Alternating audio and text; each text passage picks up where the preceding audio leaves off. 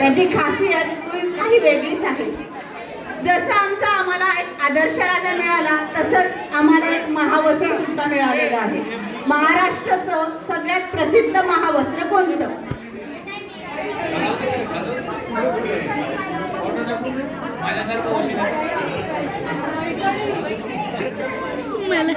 पैठणी.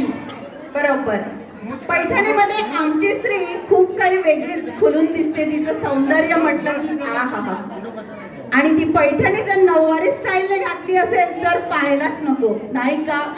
काय तो आंबाडा, काय ती नथ, आहा, काय तो काष्टा आणि काय ती अदा. अशी ही महाराष्ट्राची आमची नऊवारी. काय सांगू बाई आणि काय वर्णूबाई या थाट नऊवारीचा. काय सांगू बाई, काय वर्णूबाई या थाट नऊवारीचा. आणि पाहूया नृत्याविष्कार आता अनया, अमाने आणि माहीचा. तिघींसाठी जोरदार टाळ्या.